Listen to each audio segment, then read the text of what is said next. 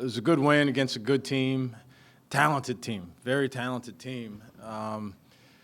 Obviously, they got some names and some guys that can make shots, and so it seemed like the drama building up of the tit for tat matchup between Imani Bates and Gigi Jackson came to fruition in front of our eyes. But so it's good viewing pleasure for just basketball fans out there. But I thought really important win for our guys to remain undefeated in the at home in the non-conference, and also to have a winning record in the non-conference and build on a couple of wins as we go into conference play. So I was really happy with the guys' effort. For sure. Going into that, the Gigi and Imani Bates kind of, matchup, was there conversations before the game with you and Gigi? Because I know Gigi was matched up with him in some lineups. Was there a conversation between you two of, you wanting him to, pretty much stick Imani in certain situations? Yeah. We started off that way. I mean, it wasn't completely by design that we started off that way. Just kind of the way they're built and the way we're built, those matchups made a lot of sense for Gigi to start off guarding Imani. And so, but we definitely had some conversations about what it needed to look like, what kind of shots we were willing to concede to him. We didn't want to foul him. There were a lot of little nuggets that we went over and trying to, because Gigi's probably never guarded a guy like that that's that talented offensively and is a high volume, high usage guy like that. And so we did it by committee. Jacoby did a great job on him, but yeah, it was Gigi's matchup to start, and I think he came out and shot the first three, and Gigi wasn't there the way, and as a young guy, you think you're there. You think you're closer. Well, to that guy, to Imani Bates, that's an unguarded shot, basically. So I think it took him that first little bit to learn more about what it looked like, and then he made an adjustment.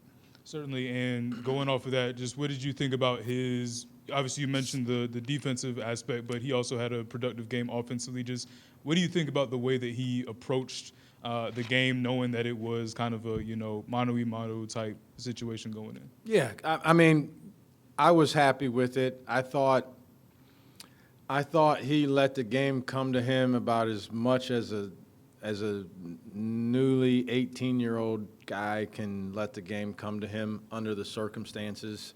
It's hard to say that when he shot the ball 19 times. I mean, that was like 5 games worth of shots for me, it seems like. But I do honestly, under the circumstances, I think he did a pretty good job of letting the game come to him. He's an aggressive guy. We need him to be aggressive. He's still learning gas pedal versus brake and shot selection and all that kind of stuff. And so then when you throw all this other stuff that everybody else, I wonder how long he's been hearing about this matchup, and from how many outlets someone's been saying something to him about it. So overall, I thought he did a pretty good job of trying to stay within his game.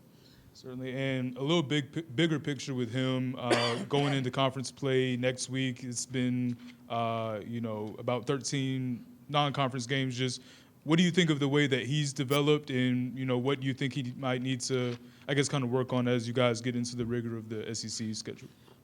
Well, here's the thing that's hard to do, and I don't want to say this in a way where ultimately it will get back to him. I mean, I'm sure he already knows, and that it turns out to be a thing that he tries to do. But for a young guy like that to have double figures in every game that we've played through 13 games, that's difficult. That's hard for a guy that's been, it's in his 4th year. That's a hard thing to do. And so as we go into conference play, that's going to be more difficult. So I don't doubt that he'll do it, but the question will he do it efficiently, or will he do it as a volume guy? And so trying to find what it looks like to generate easy baskets and to be more efficient and to get to the free throw line, because those are where it's going to happen that way. We're going to play in some tough places now on the road. There's going to be some physical games, and it's hard to make a living as a jump shooter in this conference. And so that'll be tested, particularly as our leading scorer. That's going to be tested everywhere we go. They're going to put their meanest, toughest guy on him. That's going to make life miserable for him. So learning how to generate stuff and learning how to handle an adverse game. Is he willing to play poorly offensively in terms of shot making in order that we win a game? Give up some looks to generate something for somebody else. All that stuff will be tested as we get into conference play, and it'll be the first time he's ever had to make those decisions.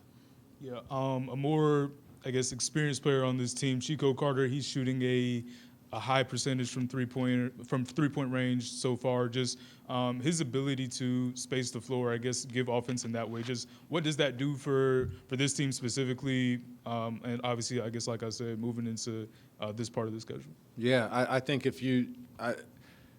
it's hard to play basketball, particularly as a perimeter guy, if you can't make shots on it with any sort of consistency.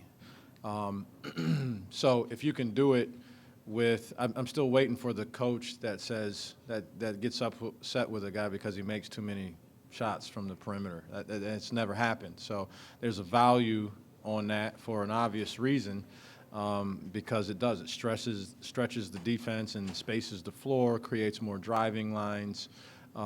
It gets your rotations are longer when this floor is spaced out more. So it's good for everyone. And he's done a good job of making shots. He has. In fact, like today was another day. I honestly probably thought there were two in particular that he turned down that, if I turned into him right now, those would have been let go for sure. So those are my two biggest gripes with him probably are shooting, being ready to shoot and shooting the thing when you're open. And then, a couple things defensively. I thought he was good on both ends today of the ball. So it was good, one of his best games, I would say, overall. Forget what the numbers were. He's very efficient, played at his pace, played within himself, and did a good job defensively. Got you. And this team as a whole, of course, just won the last 2 games, did have the 3-game slide at one point, but goes into conference play ultimately over 500. Just the group as a collective, just where do you think it kind of stands going into, this part of the season, and, what parts of it have you liked that you want to bring forth into there? Yeah, this is I said early on that I would evaluate this team based on growth, and that's after having seen the guys in the summer and all that. And I still hold true to that. So I think we have moved to the point where conceptually we understand things. We see some things a little bit better.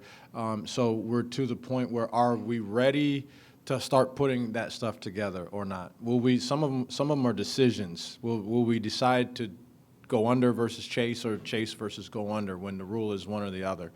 Will we decide to do those? And then will we do it consistently? So I'm excited about where we are that way, that we're ready to absorb more and start putting it into play. And I'm looking forward to hopefully doing that on a consistent basis. Certainly. And another one for you, another young guy on the team, Zachary Davis. He, of course, had in the first half, he had the putback dunk, which the players in here a second ago seemed kind of excited about. But then he also played a good amount of minutes. Just what have you kind of seen from him throughout this point of the season? Obviously, it's early, but what have you kind of seen from him to this point? Yeah, as young guys often do, he and Daniel and Gigi for that matter. But again, we put Gigi into a different category just because of his innate abilities. But those guys have some struggles, especially defensively, or remembering things, or we were in one coverage today and Daniel was in another coverage on our ball screen, and he thought he heard it differently, and in his brain he did hear it differently, but he was the only guy that heard it differently. That happens with young guys, but I've tried to make a commitment, especially as of late, to getting those guys into the game and helping develop those guys. Those guys are going to be a big part of what we do moving forward. And so I have to help develop those guys, and they have some things that they can help us with. They can. I think what really stood out was that they minimized the aspects of the game that normally get them pulled out of the game, right? a bad coverage, refusal to block out, some things like that. So keeping the ball moving, not turning the ball over a bunch of times. So by doing some really normal things, they allowed themselves to have the opportunity to stay out there longer. And because they were out there, they made some plays. Daniel rebounded the ball. Zach did a great job rebounding the ball.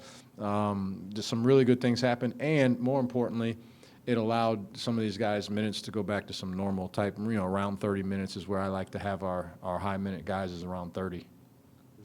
That's all I have for you, Coach, but I appreciate your time. All right, appreciate it. Have a good New Year.